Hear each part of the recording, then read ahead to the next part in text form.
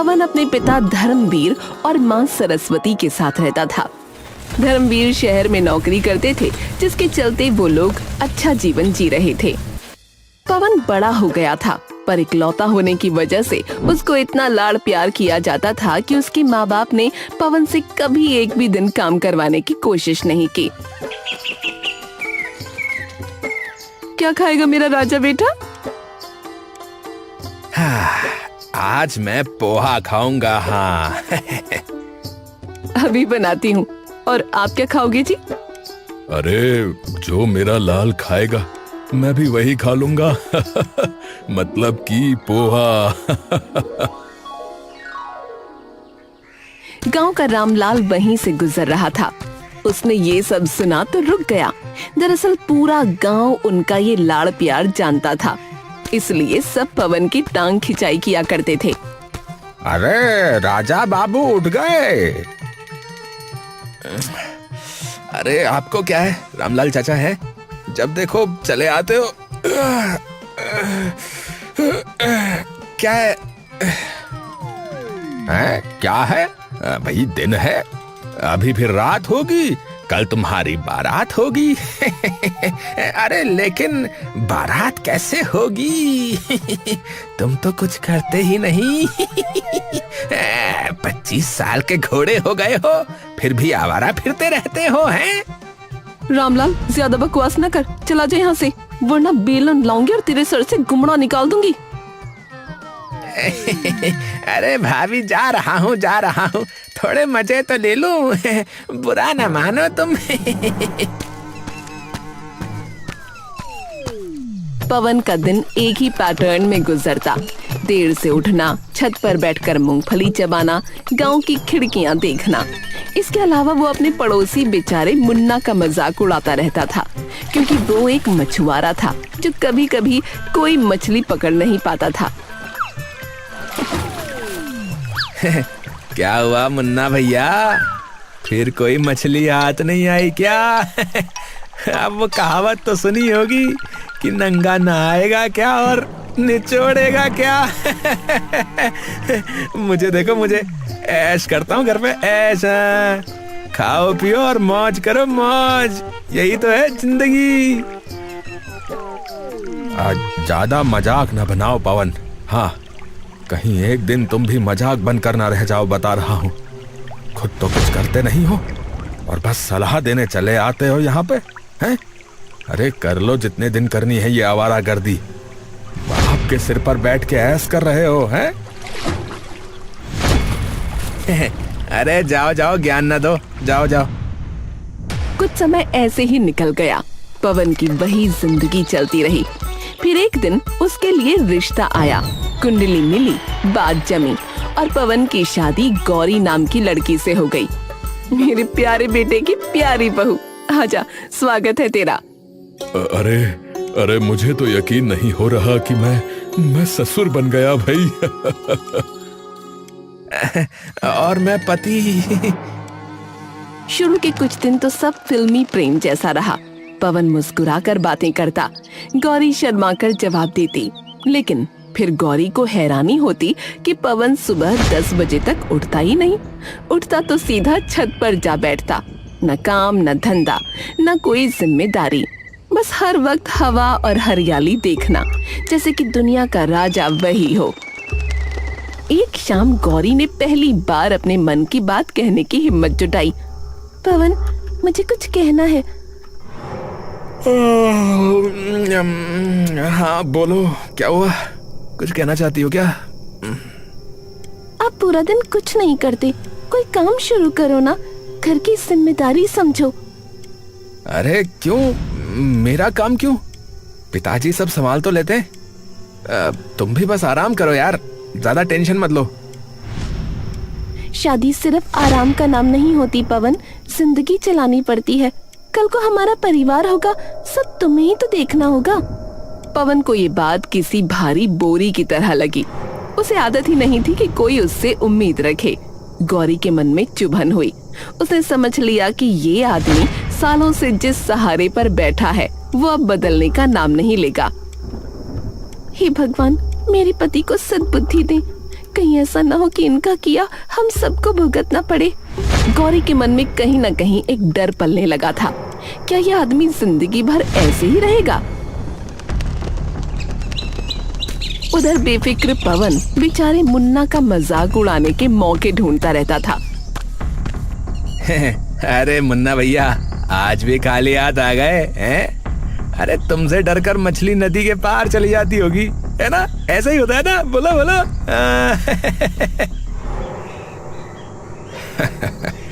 अरे बहुत बोलते हो तुम पवन। अरे अब शादी भी कर ली। अरे कुछ तो जिम्मेदार बनो भैया, हैं? मैं तो जो है जैसे तैसे गुजारा कर लेता हूं, लेकिन तुम्हारा कल को भैया राम जाने भाई। हाँ अरे भाई ऐसा है, सुनो, मैं तो मौज कर रहा हूं, मौज, समझे? अब तुम जो है ना वो बस अपनी सोचो भाई, ठीक है? मेरी तो जो है ना मजे से कट रही है। वो रामलाल क्या कहता था कि शादी नहीं होगी, अब देखो हो गई शादी। हाँ शादी हो गई, बहुत अच्छी बात है, सब सही चल रहा है, मौज में हो। लेकिन वक्त आने दो भैया, एक एक बात का बदला लूंगा तुमसे। हाँ इसी बीच एक दिन सुबह सुबह धर्मवीर को तेज सीने में दर्द उठा। घर में अफरा तफरी मच गई। गौरी पानी लाई, सरस्वती रोने लगी, पवन घबराकर चक्कर काटने लगा। दोपहर होते होते धर्मवीर ने आखिरी सांस ले ली। हे भगवान, तुम हमें छोड़कर क्यों चले गए? आए मैं तो मर जाऊंगी। हे भगवान, ये क्या हो गया? ससुर जी, ससुर जी। पिताजी, पिताजी, पिताजी, पिताजी उठिए ना पिताजी। माँ, पिताजी को उठाओ ना माँ। माँ ये क्या हो गया माँ? पूरा गांव उस दिन मातम मना रहा था, क्योंकि धर्मवीर वाकई एक अच्छा इंसान था। पर सबसे बड़ा झटका पवन को लगा, जिस इंसान ने उसकी हर कमी ढक रखी थी।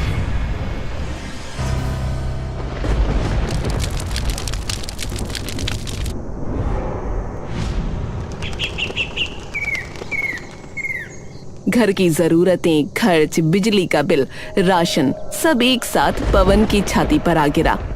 अब पहली बार उसे समझ आया कि जीवन केवल हवा खाते रहने से नहीं चलता, काम करना पड़ता है। और उसके पास कोई हुनर नहीं था। गांव वालों की कानाफूसी शुरू हो गई।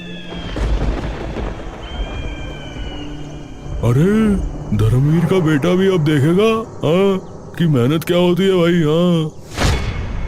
हाँ भैया, सारा दिन बैठे रहने का यही नतीजा होता है। अब देखना कैसे पछताएगा। हाँ भैया, अब पछताए होत क्या जब चिड़िया चुग गई खेत। अब तो इसे काम पे जाना ही पड़ेगा, वरना सब भूखे मरेंगे इसके परिवार में। हाँ पवन टूट चुका था। कल तक लाड़ करने वाली माँ अब ताने दे रही थी। तूने तो कुछ सीखा नहीं, अब घर कैसे चलेगा? तुम कोशिश तो करो पवन, कुछ न कुछ होगा।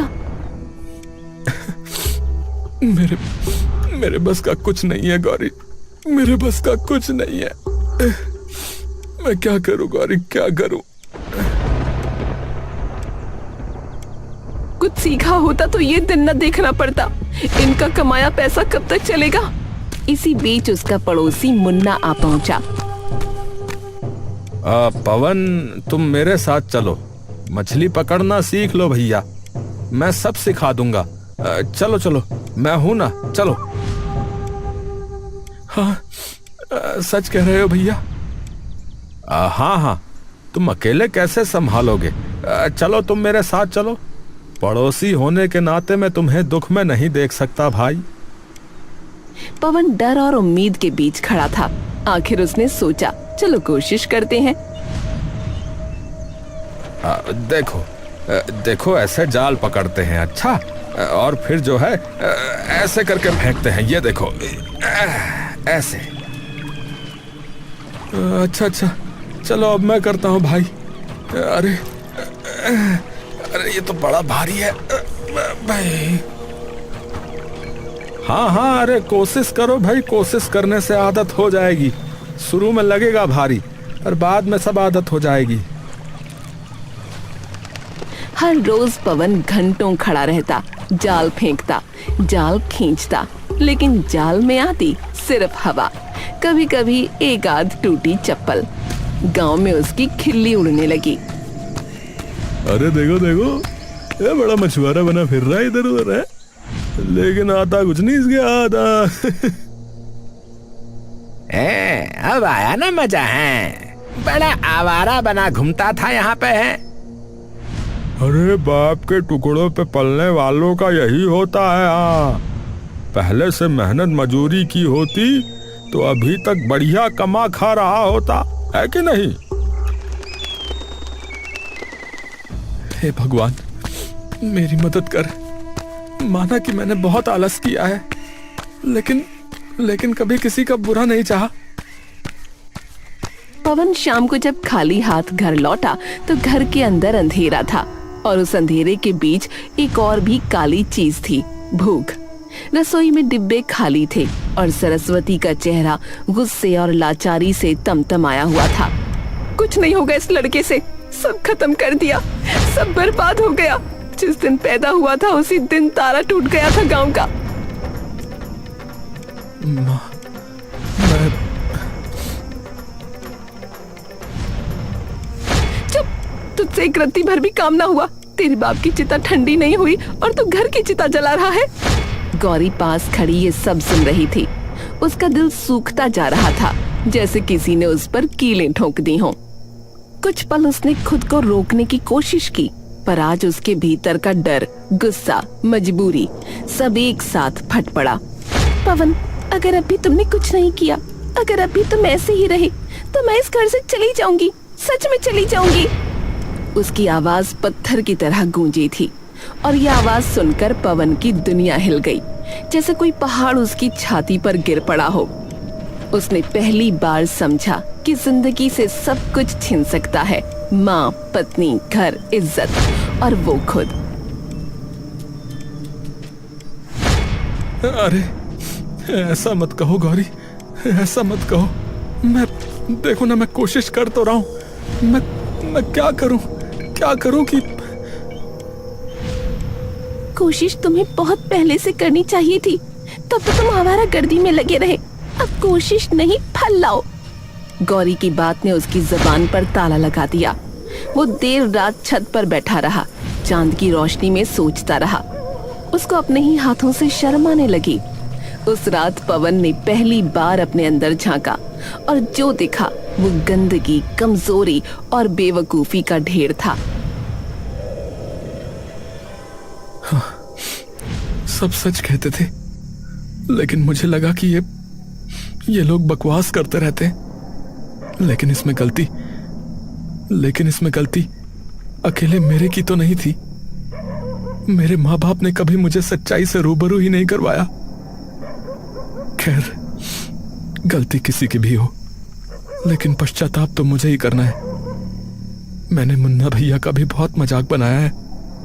सबसे पहले तो मुझे उनसे माफी मांगनी चाहिए। अगली सुबह वो सीधा मुन्ना के घर पहुंचा। दरवाजा खटखटाया। मुन्ना अभी अभी नींद से उठा था। मुन्ना भैया, मैंने बहुत गलती की। मैंने आपको छेड़ा, आपका मजाक उड़ाया। मैं बेवकूफ था। मेरे घर की हालत बहुत खराब है, मुझे माफ कर दो। ये शायद आपका मजाक उड़ाने का ही नतीजा है। अरे पवन, अरे ये क्या बोल रहा है तू? है अरे मैं तो कब का तुझे माफ कर चुका भाई। अरे तू भाई जैसा है मेरा। देख, सब ठीक हो जाएगा। अच्छा, आजा गले लग जा। अभी तो रुक जा बेटा, जिंदगी ने तो अभी बस रंग दिखाना शुरू ही किया है। बहुत बहुत धन्यवाद मुन्ना भैया। अच्छा, आज तुम जो है अकेले नदी पर चले जाना, ठीक है? मुझे जरा जो है कुछ काम है। ठीक है। पवन अकेला नदी पर पहुंचा। पूरा दिन यूं ही निकल गया। एक मछली जाल में न आई, सूरज ढलने लगा था। पानी लाल हो रहा था। हवा में एक अजीब सी ठंडक थी। पवन जैसे किसी बेहोशी में जाल फेंकता रहा। उसके कंधे टूट चुके थे और मन उससे भी ज्यादा। पर इस बार अचानक जाल भारी हो गया, इतना भारी कि पवन घबरा गया। अरे अरे ये क्या है? इतना वजन! हे भगवान, कुछ तो है इसमें। वो जाल खींचता है और फिर एक सोने जैसी चमक आई और दिखा कि जाल में एक सुनहरी मछली है। पवन पहली बार खुश हुआ, पर अचानक मछली बोल पड़ी। पवन, मैं कोई आम मछली नहीं, बल्कि मत्स्य राज हूं। मुझे छोड़ दो, मैं तुम्हारी किस्मत बदल दूंगा। हाँ, ये मछली बोल कैसे रही है?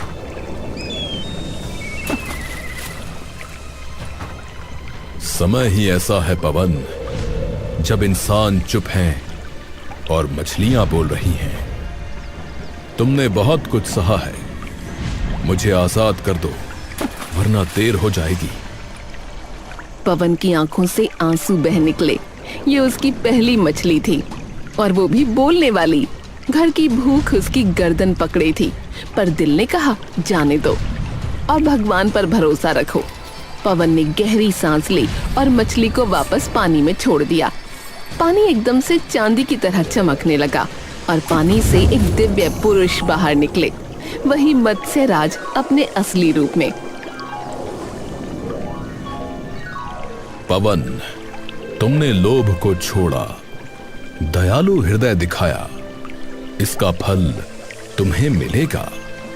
ये टोकरी लो, इसमें इतनी मछलियां हैं कि कई दिन खा लोगे और बेच भी लोगे। और ये जादुई पत्थर, जब कभी समस्या हो इसे रगड़ना, मैं हाजिर हो जाऊंगा।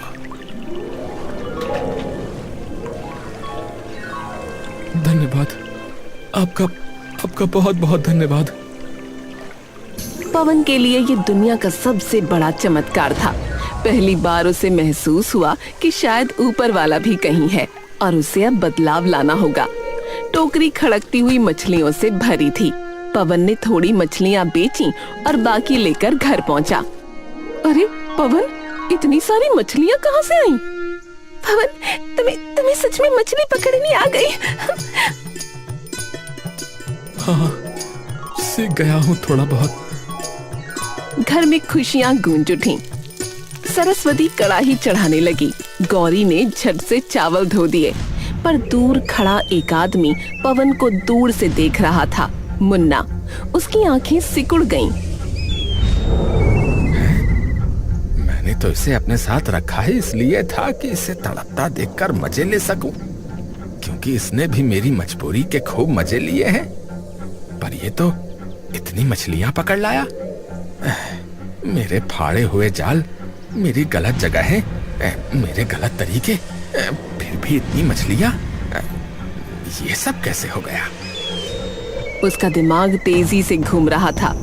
इसी वक्त आधी रात को वो चुपके से पवन के घर के पीछे पहुंचा। खिड़की से झांककर सुनने लगा। अंदर पवन अपनी माँ को सच बता रहा था। हाँ माँ, यही सच है। और मुझे एक जादुई पत्थर भी मिला है, मत्स्य राज ने दिया है।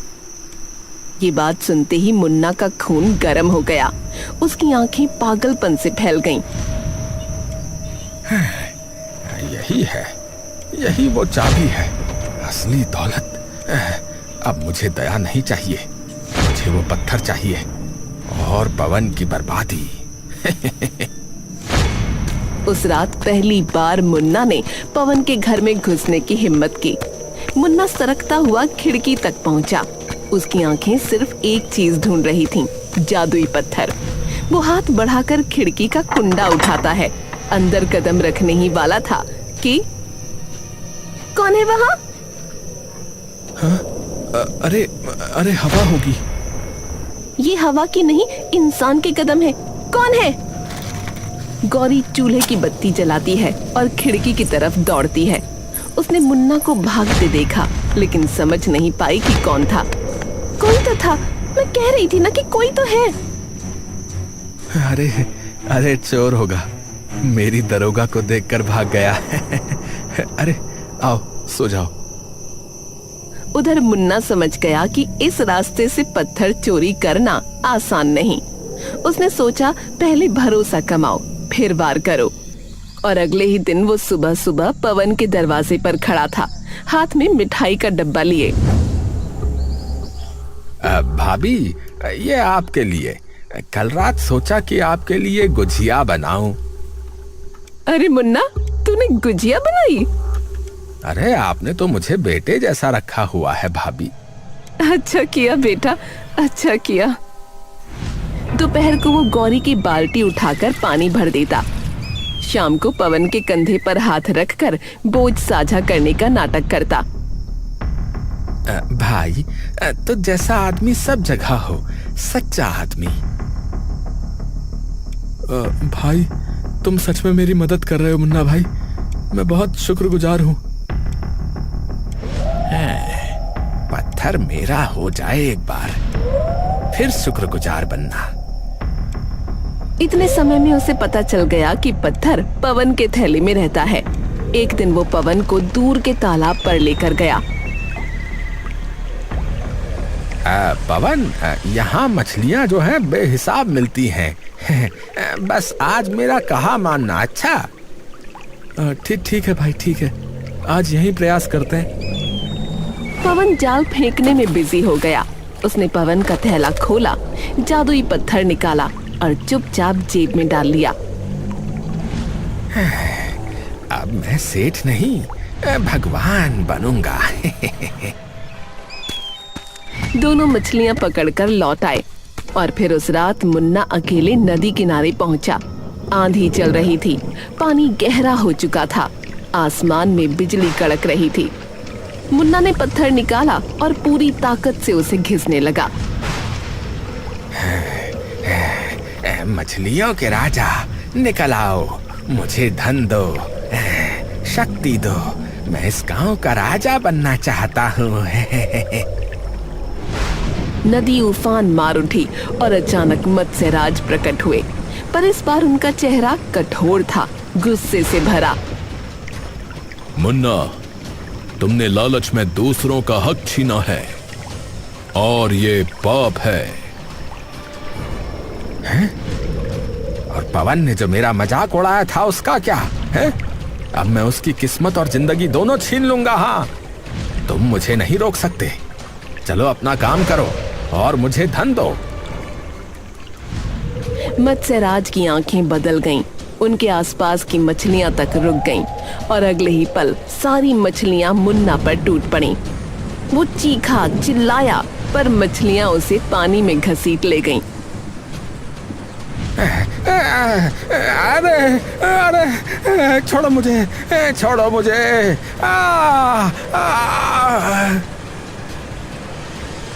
उसके पैर पंखों में बदलने लगे, उसकी चमड़ी चमकदार परतों में फटने लगी। वो एक भयानक रूप बनता गया, आधा आदमी आधा मछली। और फिर नदी ने उसे अपने भीतर निगल लिया। सब शांत हो गया। अगली सुबह पवन नदी पर पहुंचा तो मत्स्यराज उसके सामने आ खड़े हुए। अच्छा हुआ आप यहाँ पर हैं, मुझसे वो पत्थर खो गया। मत्स्यराज ने उसे मुन्ना के बारे में पूरी बात बताई और कहा, पवन, तुमने दया दिखाई थी और दया का फल कभी व्यर्थ नहीं जाता। ये नया जाल लो, ये हमेशा तुम्हारी किस्मत चमकाएगा। आपका बहुत बहुत धन्यवाद। लेकिन मत्स्यराज, मुन्ना को एक बार माफी नहीं मिल सकती है क्या? उसका घमंड और लालच चरम पर था पवन, इसीलिए उसे उसका फल मिल गया। पवन ने जाल ले लिया। उस दिन से वो रोज नदी जाता। बेटा, तू सच में बड़ा हो गया है, मुझे तुम पर गर्व है पवन। गांव के लोग भी उसे इज्जत से बुलाने लगे। अरे पवन, अरे भाई, आज कितनी मछलियां मिली तुम्हें? हैं? हाँ, अरे बहुत सारी चाचा। पवन भैया, हमें भी जाल चलाना सिखाओ। हाँ हाँ, क्यों नहीं क्यों नहीं। पर एक शाम बच्चे नदी किनारे खेल रहे थे। अचानक उन्होंने पानी में कुछ हरकत देखी। पानी फटकर अलग हुआ और उसमें से एक डरावना पर दर्द भरा चेहरा निकला। वो आधा मानव आधा मछली था। उसका चेहरा मुन्ना का, पर आंखें किसी खोए हुए जानवर जैसी थीं। उसने बच्चों को देखकर धीरे से कहा,